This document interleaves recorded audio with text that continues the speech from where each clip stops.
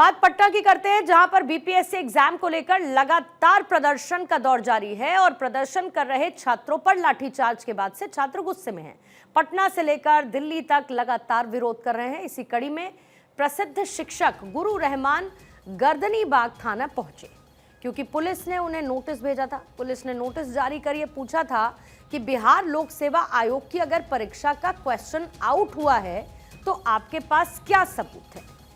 Police ने कहा कि सबूत लेकर के आए, वरना आपके खिलाफ कार्रवाई की जाएगी।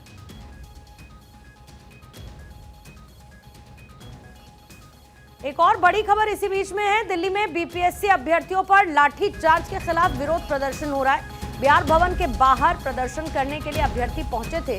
बिहार सरकार के खिलाफ भी इनकी तरफ से नारेबाजी की गई थी। तस्वीरें रखेंगे जरा इस विरोध प्रदर्शन की, जब बिहार भवन के बाहर ये प्रोटेस्ट कर रहे थे अभ्यर्थी, जो बीपीएससी के अभ्यर्थी हैं, और लाठीचार्ज इन पर हुआ, उसको लेकर ये विरोध करते हुए नजर आए थे। बिहार भवन का इन्होंने घेराव किया और उसी दौरान किस तरीके से इनको तितर बितर करने की कोशिश की गई। ये चाहते हैं कि जो परीक्षा है वो रद्द हो, दोबारा से परीक्षा करवाई जाए, यानी कि री एग्जाम हो। मेरे सहयोगी अस्मित इस पर और ज्यादा जानकारी के साथ जुड़ चुके हैं। अस्मित, दोनों ही तरफ बवाल है, पटना में भी और साथ ही दिल्ली में भी। बिहार भवन के बाहर जबरदस्त विरोध प्रदर्शन।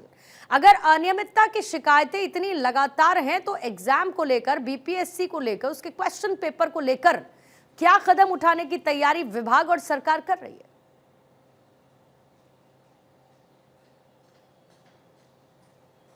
देखिए, इस पूरे मामले में आयोग ने अपनी जो रुख है वो क्लियर कल ही कर दी थी। परीक्षा नियंत्रक है एग्जामिनेशन कंट्रोलर राजेश सिंह, माफ कीजिएगा, उन्होंने साफ कहा था कि किसी भी सूरत में आयोग के द्वारा परीक्षा रद्द नहीं किया जाएगा। उन्होंने बच्चों, वहां से अभ्यर्थियों से अपील भी की थी कि आप अपने अपने घर लौट जाएं।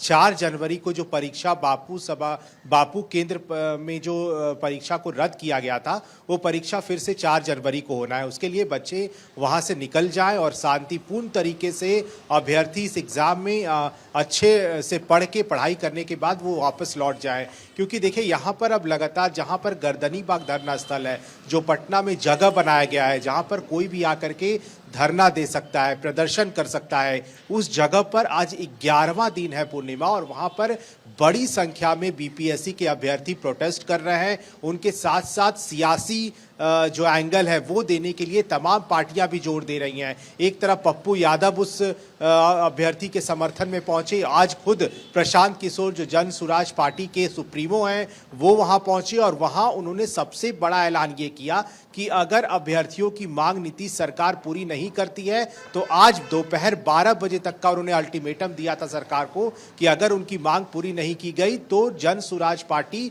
अभ्यर्थियों के साथ नीतीश सरकार तक पहुंचने के लिए बाध्य हो जाएगी। हालांकि बाद में प्रशांत किशोर ने यह भी कहा कि अगर जिस दिन भी अभ्यर्थी वहां से मार्च के लिए निकलेंगे बीपीएससी कार्यालय तक, तब प्रशांत किशोर उनके साथ रहेंगे और पहला डंडा अगर कोई खाएगा उस मार्च में तो वो प्रशांत किशोर खुद होंगे। जैसा कि मैंने बताया, पूर्णिमा, राजनीतिक एंगल देने की पूरी कोशिश की जा रही है और आज प्रशांत किशोर ने तो पूरा का पूरा जो कार्यक्रम है, जो पूरा प्रदर्शन है, वो हाईजैक कर लिया एक तरीके से। पीके ने कहा कि जितने भी अभ्यर्थी हैं कल वो गांधी मैदान पहुंचे। उन्होंने 12 बजे कल गांधी मैदान में पूरे अभ्यर्थियों को बुलाया है, बीपीएससी के जितने भी अभ्यर्थी हैं, और उन्होंने कहा है कि एक तरीके से छात्र संसद जो है वो लगाएंगे और वहीं पे डिसीजन लेंगे कि आगे अभ्यर्थी क्या करेंगे। क्योंकि मेरी लगातार अभ्यर्थियों से बातचीत हो रही है, वो यही कह रहे हैं, वो अड़े हुए हैं कि जब तक परीक्षा पूरी तरीके से रद्द नहीं होगी हम यहाँ से लेकिन जैसा कि आपने खुद बताया अस्मित कि ये कहा जा रहा है कि भाई परीक्षा रद्द नहीं कराई जाएगी, ना री एग्जाम कराया जाएगा,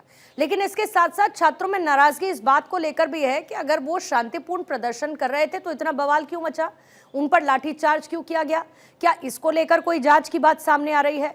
दूसरा, जो निजी कोचिंग संस्थान है उनकी भूमिका पर भी लगातार सवाल उठाए जा रहे हैं। ये कहा जा रहा है कि जो निजी कोचिंग संस्थान है वो इन अभ्यर्थियों को उकसा रहे हैं कि आप संगठित होइए, आप इसको लेकर विरोध प्रदर्शन करिए, क्योंकि इसमें उनका फायदा है।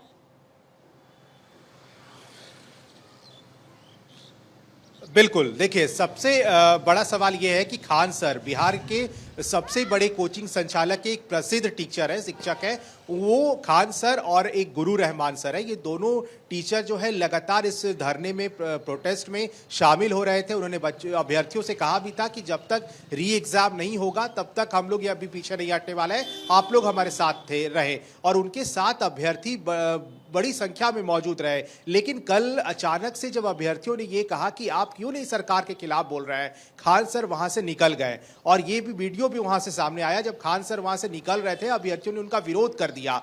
इसके बाद रात में देर रात प्रशासन पहुंचती है अभ्यर्थियों के पास, उन्हें समझाती है कि इसमें सरकार कुछ नहीं कर सकती, आप एक डेलीगेशन बनाए, डेलीगेशन जाकर के मुख्यमंत्री या फिर आयोग से हम मिलवाएंगे। और आज सुबह में ये हुआ कि अभ्यर्थी ये कह रहे थे कि हम नीतीश कुमार के अलावा किसी भी सदस्य या किसी भी आयोग से मिलने को बिल्कुल तैयार नहीं है। आप जब तक मुख्यमंत्री नीतीश कुमार से हमारी बात नहीं करवाते हैं हम ये धरना नहीं छोड़ेंगे।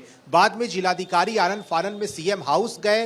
यहाँ के जिलाधिकारी, पटना के जिलाधिकारी चंद्रशेखर ने सीएम को सभी मामले से अवगत करवाया, बाद में वो निकल गए। लेकिन अभी प्रशासन ने गुरु रहमान और हमारे सूत्र ये भी बता रहे हैं कि खान सर को भी नोटिस भेजा था और ये पूछा था कि अगर आप बच्चों के साथ प्रदर्शन कर रहे हैं और आपके पास ठोस सबूत है कि उस दिन पेपर लीक हुआ था तो वो सबूत लेकर के आप थाने पहुंचे गर्दनी बाग, तभी हम मानेंगे कि आप बच्चे के साथ लीगल तरीके से प्रोटेस्ट कर रहे हैं। इसमें गुरु रहमान आज पहुंचे थे 11 बजे के लगभग, वो थाने पहुंचे। वहां उन्होंने सबूत बहुत अच्छी तरीके से पेश नहीं कर पाए वहां पे रहमान सर। पुलिस ने उन्हें अल्टीमेटम दे दिया है कि 3 जनवरी तक अगर आप इन बच्चों के साथ प्रोटेस्ट में शामिल होते दिखे तो आपके ऊपर कड़ी कार्रवाई की जाएगी। गुरु रहमान को अल्टीमेटम दे दिया गया है कि 3 जनवरी तक आप बच्चों के साथ नहीं प्रोटेस्ट कर सकते हैं क्योंकि आपके पास पूरे सबूत नहीं है। इधर खान सर तेजस्वी यादव को भी एक बड़ा मौका मिला है नीतीश कुमार को घेरने का।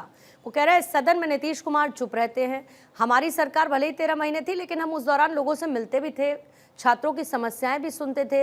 अब तो चिट्ठियां लिखते रहो, उसका कोई जवाब नहीं आता। सदन में नीतीश कुमार कुछ नहीं कहते और ऐसा लगता है कि बिना सरकार, बिना मुख्यमंत्री के राज्य चल रहा है।